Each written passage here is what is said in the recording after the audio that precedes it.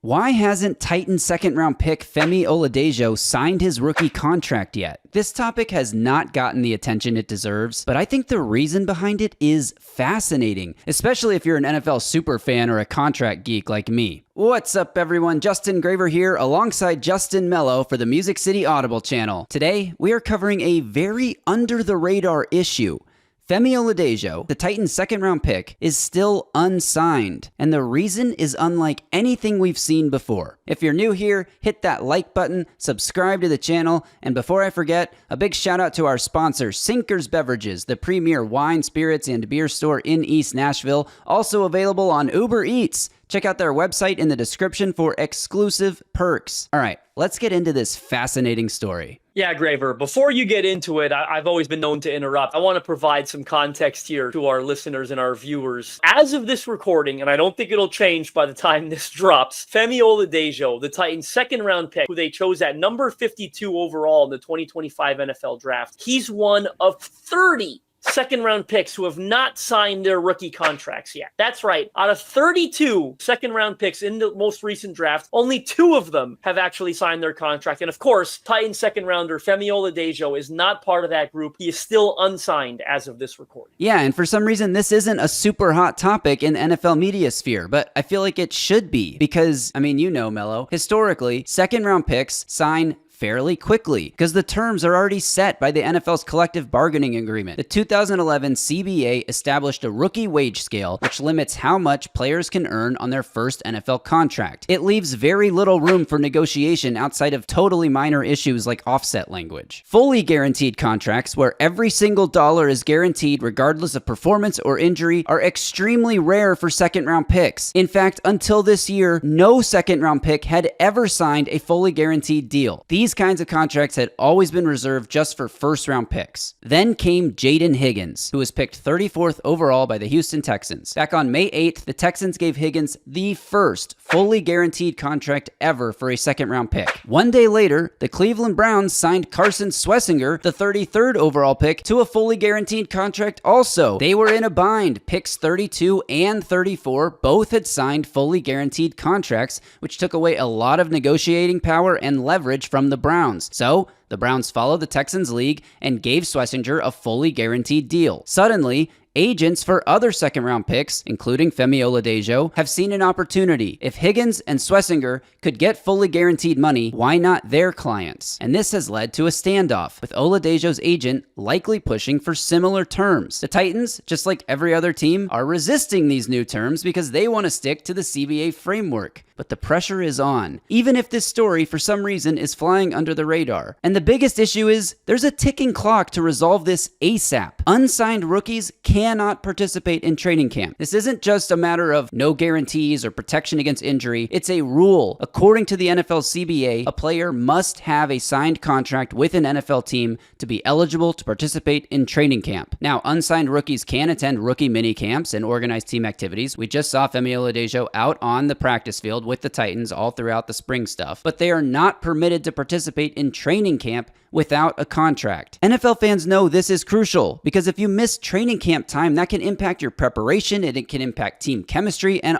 obviously it can impact performance. For Oladejo, this means he's currently on hold until a deal is reached. And with a lack of both top-end talent and depth at the edge position, the Titans need Oladejo to hit the ground running. They cannot afford to have him missing crucial days of training camp. So I'm going to come in and add some context here. Number one, as you said, Femi was a full participant in everything. OTAs, mandatory minicamp, rookie minicamp. This is very much a behind-the-scenes sort of precedents and standoff that's going on. And the Titans can thank their AFC rival, the Houston Texans, for starting this, right? Another reason to hate the Texans if you don't already hate them. All kidding aside, I kind of side with the Texans on this. It's good for these guys to get fully guaranteed contracts, right? But some other context. Femi Oladejo is represented by an agency the Titans have a good relationship with, okay? In fact, they also rep Jackson Slater, another rookie the Titans drafted, who's already signed his rookie contract. No standoff there because he was a 5th-round pick. There's no question marks over what that contract should look like, right? And by the way, I want to mention, how ironic is it that the Titans, keep in mind, they were originally picking at 35, right after the Browns and Texans signed those picks to guaranteed deals. Of course, that hadn't happened yet. Titans trade down from 35 all the way to 52, where they pick Femi Oladejo. And perhaps they think that's going to give them some negotiation negotiating power. Team that traded up to 35, the Seahawks, they took a safety, Nick Amenyori, who goes without saying, also hasn't signed his rookie deal. Seahawks are really in a bind there, right? 33 and 34 get it, then 35 should certainly get it. What do both parties have to stand on? The Titans might be waiting. Does the 50th pick get a fully guaranteed contract? Does the 51st pick?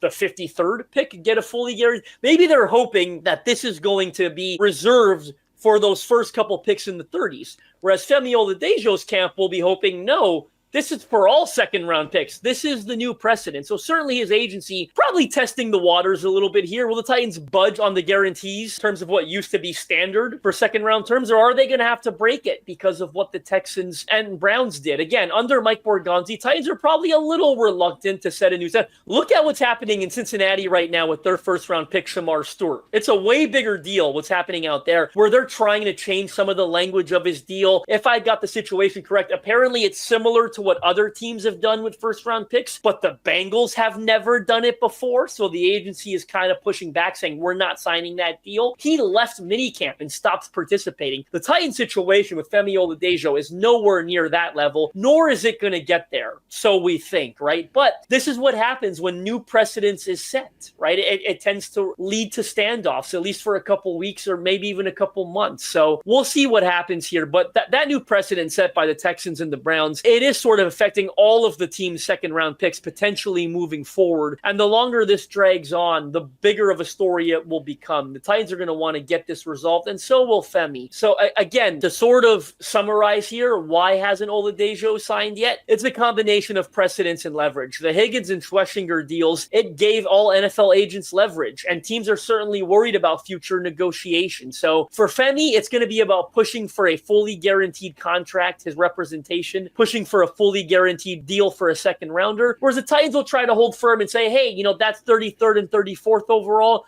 We don't know what's going to happen once you get all the way down to 50th overall. The fascinating part, again, this is happening without a whole lot of buzz, but it is a potential game changer for how second round picks sort of negotiate these contracts moving forward. And it's very notable to the situation surrounding the Titans and their second round pick, Femi Oladejo. So there you go. Femi Oladejo's unsigned contract. It's part of a larger trend, but obviously we don't care about larger trends here. We care about what's happening with the Titans. And this is potentially a historic moment. I mean, this could challenge the CBA structure and create new leverage for agents. And for Oladejo, it means his preparation is on hold. The Titans need him to be ready for camp. Look, at the end of the day, I think this is going to get resolved before training camp begins at the latest. Titans aren't on the field till July 23rd. I believe they report on the 22nd. So they've got about 3.5 weeks to get this resolved. They're probably hoping someone else moves first. I think that's why we're in a holding pattern. The whole league is waiting for someone else to move first to see what to do next.